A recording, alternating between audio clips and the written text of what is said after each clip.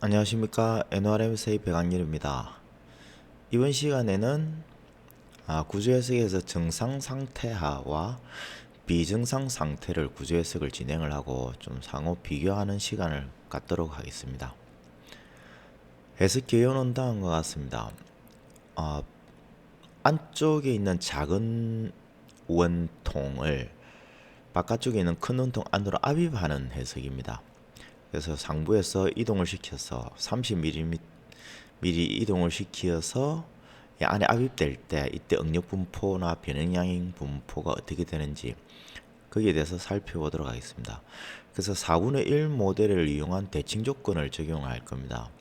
보시는 것처럼 이제 전체 원형 방향으로 대칭 형상을 이루고 있기 때문에 4분의 1 모델을 이용한 대칭 조건을 적용을 할 겁니다. 근데 여러분들도 해석하실 때 이 대칭 조건을 적용하실 때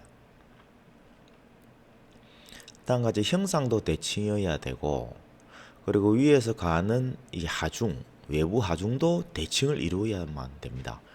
그 형상은 대칭인데 외부 하중이 전체 방향으로 30mm를 미는 것이 아니고 이쪽 끝 부분에서만 30mm를 밀게 된다. 그렇게 되면 이쪽이나 이제 외부 하중이 대칭이 되는 건 아니죠. 그럴 경우에는 이 대칭 조건을 적용을 하시면 안 됩니다. 적용하면 결과가 실제 결과보다 좀 이상한 결과가 나옵니다. 그래서 정상 상태, 비정상 상태 해석을 수행한 이후의 결과를 비교하도록 하겠습니다. 그래서 이제 다음과 같이 이제 해석 모델은 생성을 했습니다. 그 첫 번째 모델이 이제 스테디 스테이트 그 라지 디플렉션을 켜지 않았을 때 해석이고, 그 다음에 윗부분에 이제 라지 디플렉션을 켠 경우 정상 상태, 그 다음에 오른쪽은 이제 비정상 상태 해석이 되겠죠. 그래서 해석 모델을 한번 살펴보도록 하겠습니다. 네, 이게 이제 해석 모델은 다음과 같이 구성되어 있습니다.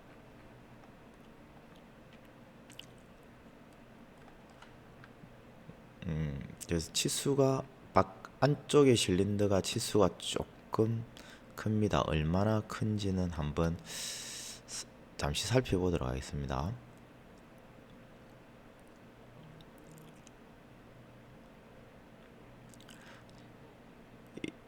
실제 without large deflection이라고 제가 해서 지금 살펴보는 이유는 일반적으로 물론 다른 분들은 안 그러시겠지만 저 같은 경우 한 번씩 이제 정상 상태에서 변이가 많이 발생할 경우에, 그럴 경우에 이제 비정상 라지 디플렉션을 켜지 않게 되면 해석 결과가 이상하게 나옵니다.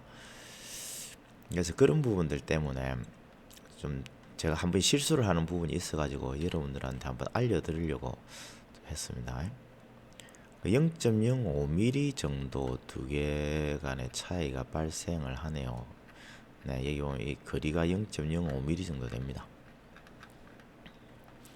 0.05mm의 거리 차이가 발생을 했을 때 그때 이제 해석 결과에 대해서 살펴보도록 하겠습니다. 네, 처음에 이제 머티리얼은 일반적으로 사용하는 스트럭처 스틸을 사용을 했습니다. 그리고 모델에 보시면 이 시메트리를 추가하시는 게 있습니다. 그렇게 되면 이 시메트리가 추가가 돼 여기에서 시메트리 리전을 추가하시면 됩니다. 시메트리 리전에 보시면 네, 이 두 쪽 면은 이제 시메트리 되는 면이 좌표축이 Z 방향으로 시메트리를 이루고 있죠. 그래서 시메트리 노멀을 Z축으로 바꿔주셔야 됩니다. 반드시 바꿔주셔야 됩니다. 확인하시고, 그 다음에 이쪽 반대쪽 부분, 네, 반대쪽 부분이 이제 X축으로 되어 있죠. 그래서 X축으로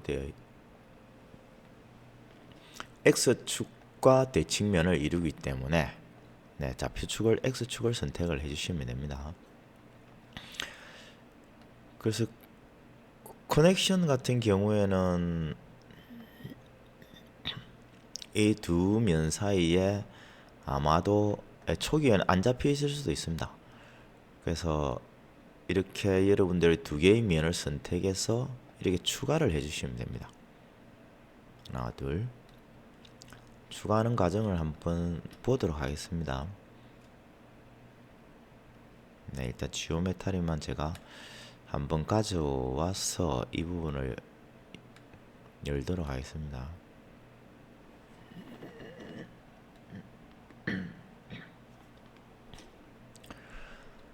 근데 이 조립품을 들고 오게 되면 NCS에서 기본적으로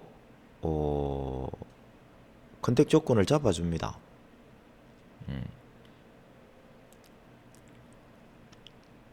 그래서 모델을 불러오면 기본적으로 컨택을 잡을 수도 있고 안 잡을 수도 있습니다. 근데 대다수의 경우에는 조립품 간에 떨어져 있는 거리를 소프트웨어에서 자동으로 인식을 해서 컨택 조건을 잡아주는 경우가 대부분입니다.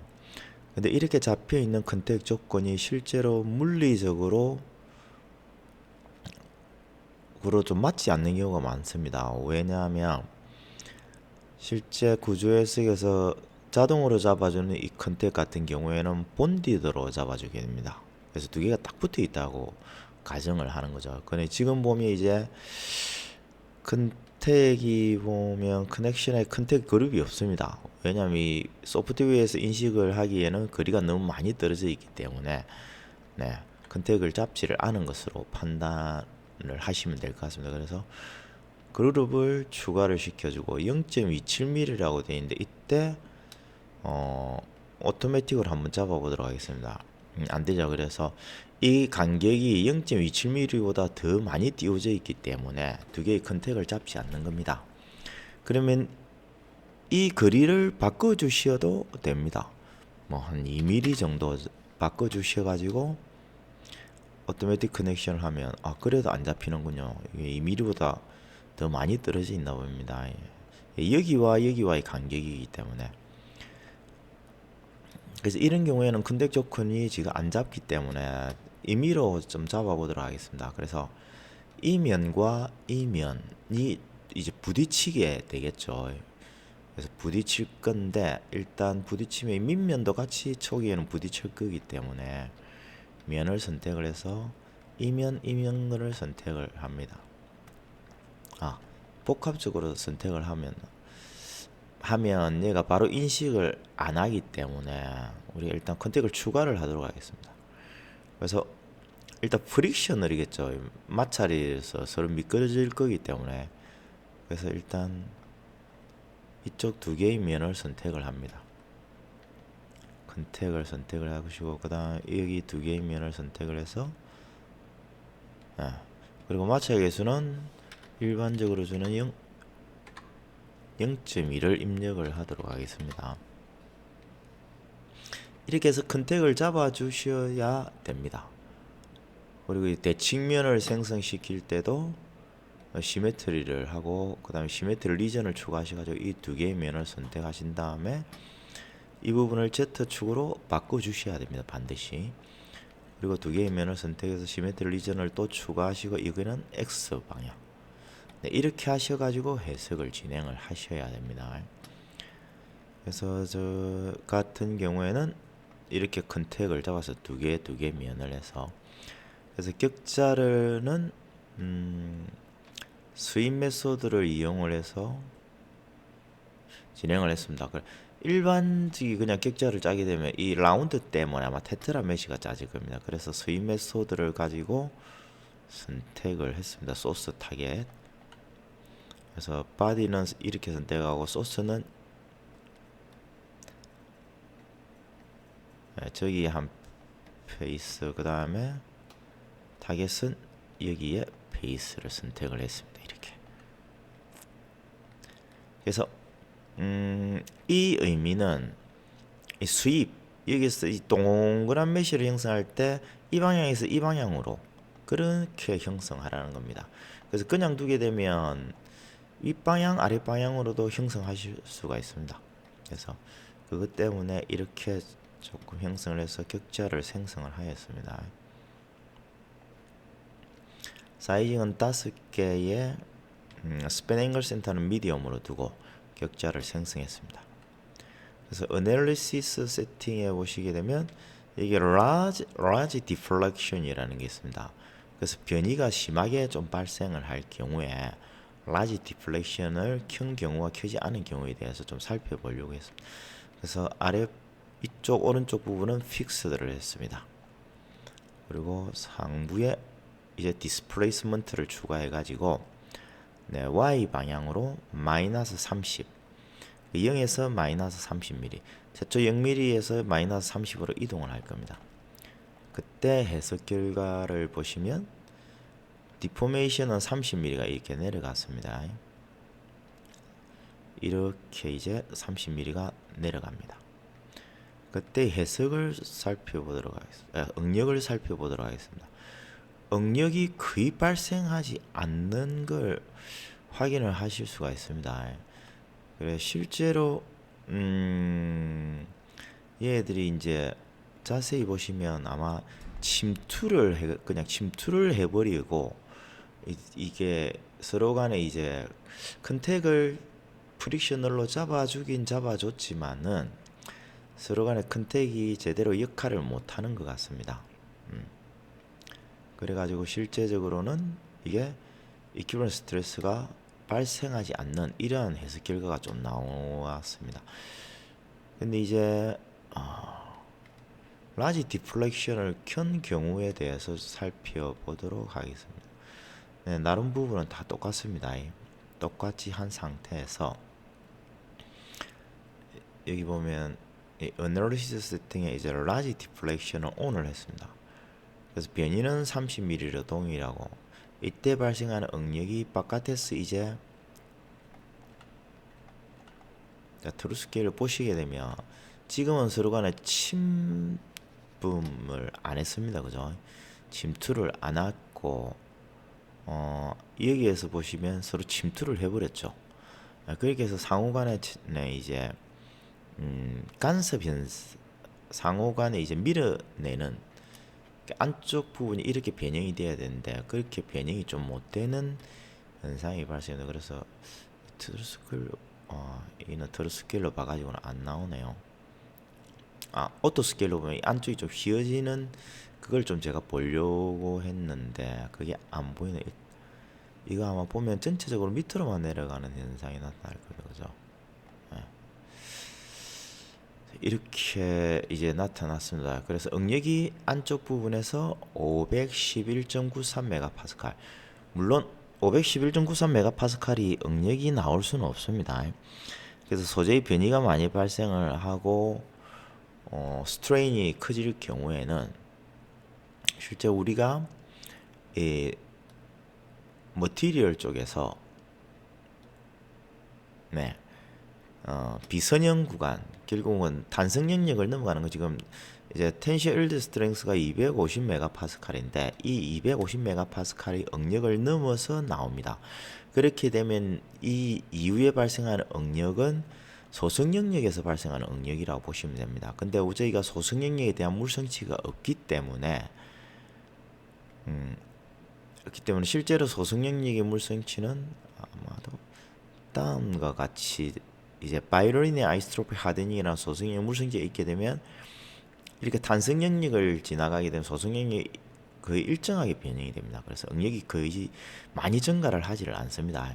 근데 저희 같은 경우에는 이쪽 소성 영역에 대한 값이 없습니다. 그래서 응력이 이렇게 발생되는 겁니다. 그래서 이 결과로 보시게 되면 이 경우에는 지금 영구 변형이 발생했다라고 이제 보시면 됩니다. 그래서 파단이 될지 안 될지에 대한 문제는 나중에 이제 전체적인 스트레인으로 확인을 하셔야 됩니다. 그래서 토탈 스트레인으로 확인을 하셔야 실제 이 스트레인이 0.0025죠. 그래서 이 스트레인이 실제 때 우리가 이제 극한 인장 강도를 넘어가서 파단이 이르는 이제 일롱게이션에 일치하는지 일치하지 않는지를 확인을 하셔야 됩니다. 그렇게 해서 진행을 하시면 되고, 그리고 정상 상태는 이렇게 해석을 진행을 하시고, 그리고 비정상 상태 같은 경우에는 이제 이니셜 타임 스텝을 정해주고 미니멈 타임 스텝도 정해주고 픽스드 스포트 디스플레이스먼트를 주고 그대로 해석을 똑같이 진행을 합니다. 그래서 변이는 내나 30.004 30mm의 변이가 발생을 했죠. 그리고 응력도 511.87메가파스칼, 윗부분은 511.93, 비슷하게 응력이 나오죠. 그래서 실제 여러분들이 정상 상태 해석과 비정상 상태 해석을 진행하실 경우에 시간에 따른 응력값의 변화를 보고자 하시면 비정상 상태를 진행을 하시면 됩니다. 보셔가지고 접촉되는 부분, 그 부분에서 응력이 가장 많이 발생하는 걸 확인하실 수 있습니다. 근데 이제 정상 상태는 그렇지는 않습니다. 그 값을 알 수가 없죠. 시간에 따른 변화의 값을.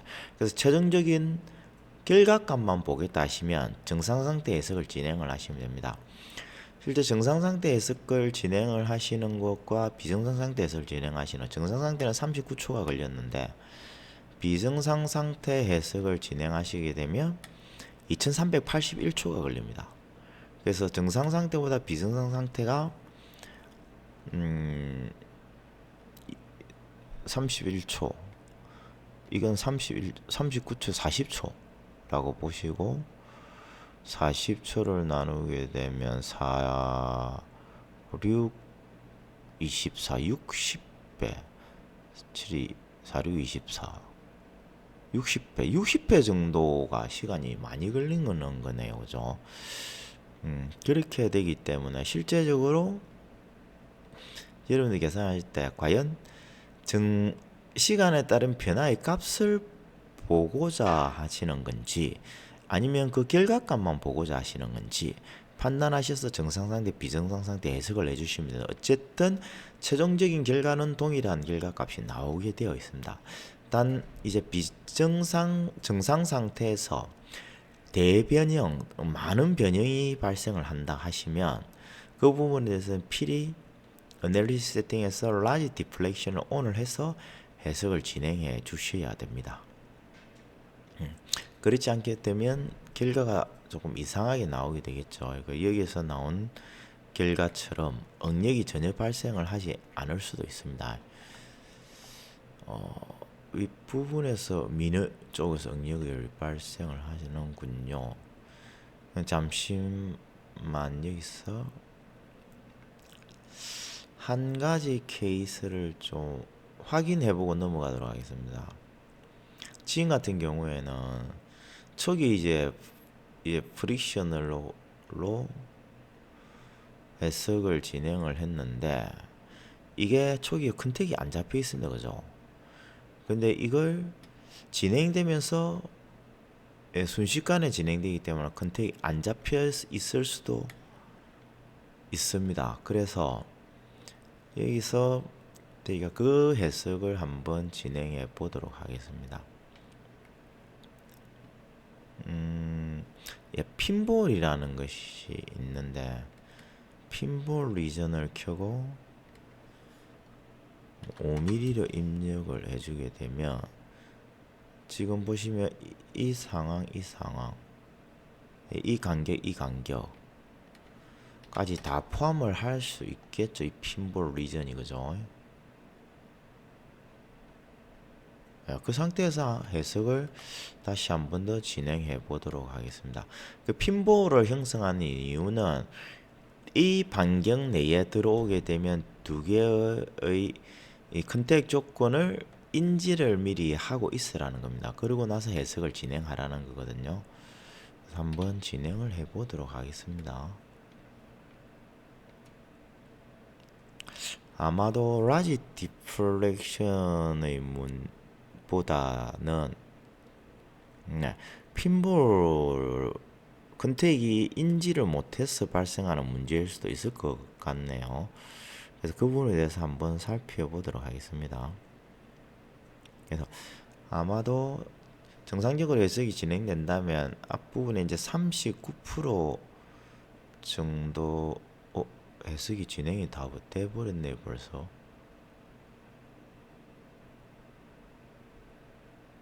네, 한 번만 해석이 다 됐다고 나오는데 결국은 equivalent stress가 이제 인지를 못하고 있네요. 컨택이 제대로 인지를 못하는 것 같습니다. 그래서 침범을 해버리게 되네요. 그래서 large diffraction을 이럴 때는 여러분들 확인해 보시고 켜고 해석을 진행하시는 것도 좋을 것 같습니다. 여기 보시면 the deformation is large compared to the model bounding box. 이 bounding box에 비해서 크다라는 겁니다. 그래서 바운딩 박스가 지오메트리 바운딩 박스가 여기에 나와 있습니다. 바운딩 박스 보이시죠? 예, 이 사이즈. 그 다음에 이거는 이 사이즈. 네, 이걸 넘어섰기 때문에 이거와 비교해서 크기 때문에 이제 라지 디플렉션을 그래서 verify boundary condition을 일단 verify 정확하게 정해지거나 또는 consider 가정을 하라는 겁니다. 톤이 large diffraction on을 하라는 겁니다. 그래서 large diffraction on을 하고 계산을 진행을 하셔야 제대로 된 응력값을 도출하실 수 있을 겁니다.